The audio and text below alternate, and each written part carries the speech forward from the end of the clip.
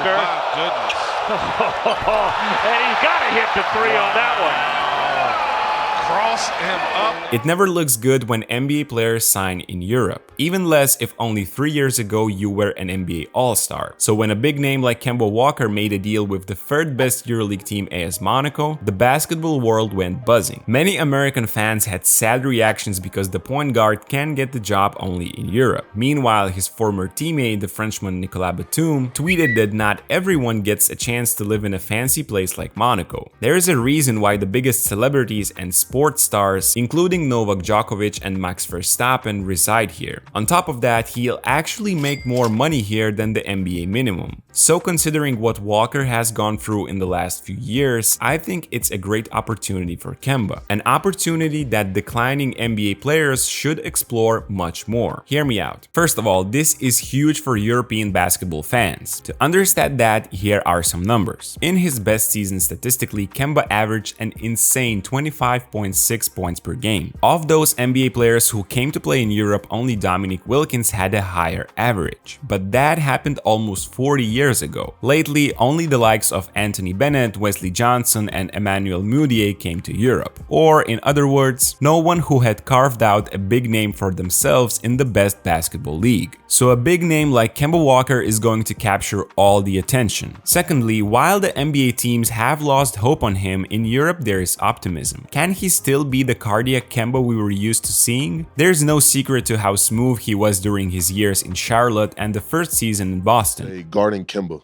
torching my ass. All year, Kemba torching me. That was fresh knees. That was Hornets, Charlotte, Yeah, Charlotte going Hornets, crazy. Kemba. One of the most exciting guards when it came to scoring. One of the best at acceleration and changing direction. His hesitation moves, pullback dribble, and step back have taken many casualties. 4 times he was voted as an NBA All-Star, and in 9 seasons he averaged more than 17 points. Those didn't convert to many wins. Well, because he played for Charlotte. So the time for a move to Boston came calling. Together with that came the trouble with his knees. For an undersized guard with the NBA heading in a completely different direction, that meant big trouble. After his best year in Charlotte in the 2018-19 season, where he averaged 25 points and played all 82 games, he never managed to repeat it. 56, 43, 37, and finally only 9 matches played last season. The reason is clear. Kemba's left knee has required 3 surgeries, 2 on his meniscus and another arthroscopic procedure in 2017. He wasn't the same player toward the end of his Celtics run and finally got traded to Oklahoma, which then bought out his contract, allowing him to sign with the Knicks.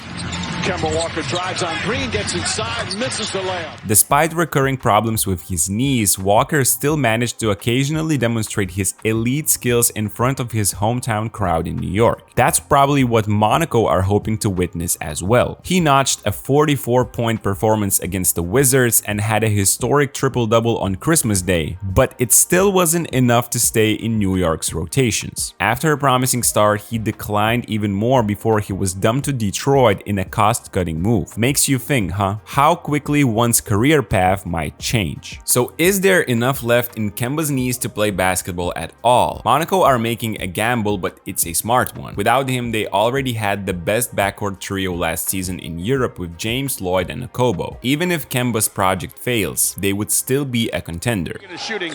James! Mike James! Right over Nikola Mirotic! But if it works out, Monaco have won the lottery. It's clear as a blue sky during a sunny day. Kemba can't play games every 2 or 3 days. But that's where Monaco makes perfect sense. They might sit him out for the French league and use him only in the EuroLeague. They have already tinkered around the idea of deploying 2 different squads in separate tournaments, so sitting out only Kemba in order to save his knees would look logical. EuroLeague's regular season is 34 games in 6 months, and that sounds doable, right? That would be a kind of European load management procedure. And the reality is that the point guard really needs it. The condition of his one knee is bad, and that's not my personal opinion. Last year, he signed with the Mavs, and immediately after, their GM Nico Harrison was extremely honest about Walker's left knee situation. He said this in a radio appearance. So what's up with the knees? It's not good. It's not good at all. But he's rehabbed it the best he's felt in the last 2 years. So the reality is, if you look at it, it's just not good, but it doesn't mean you can't play on it.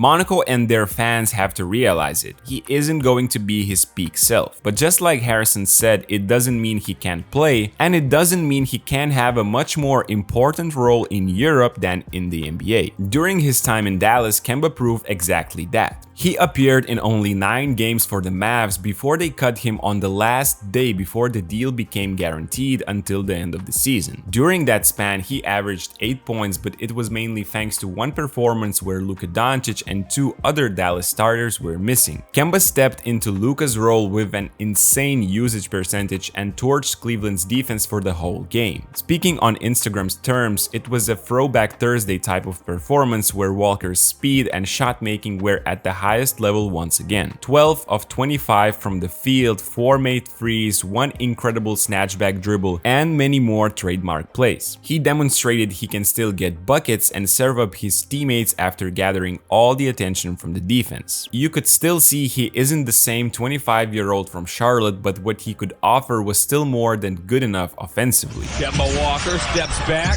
Tough shot. On the other side of the court, it was a little bit different though. Kemba's IQ allowed him to force a couple of defensive charges, but for the majority of the night he was guarding a wing player in the corner. His body defensively isn't capable anymore of closely following the opposing guard, so he was carefully covered by the coaching staff near the least dangerous offensive player. It won't be an easy task for Monaco to replicate that in Europe by hiding him near the worst offensive player. The EuroLeague regular season is much more tactical and weak defenders get targeted in every game. Kemba will also have to adjust to a new culture and new rules in Europe. But the participation in the 2019 FIBA World Cup should help shorten the process. Given his knees hold up, he could end up having a solid 20-minute role in one of the best cities in the world, playing basketball once or twice per week, getting paid more than in the NBA while also experiencing incredible atmospheres everywhere he goes.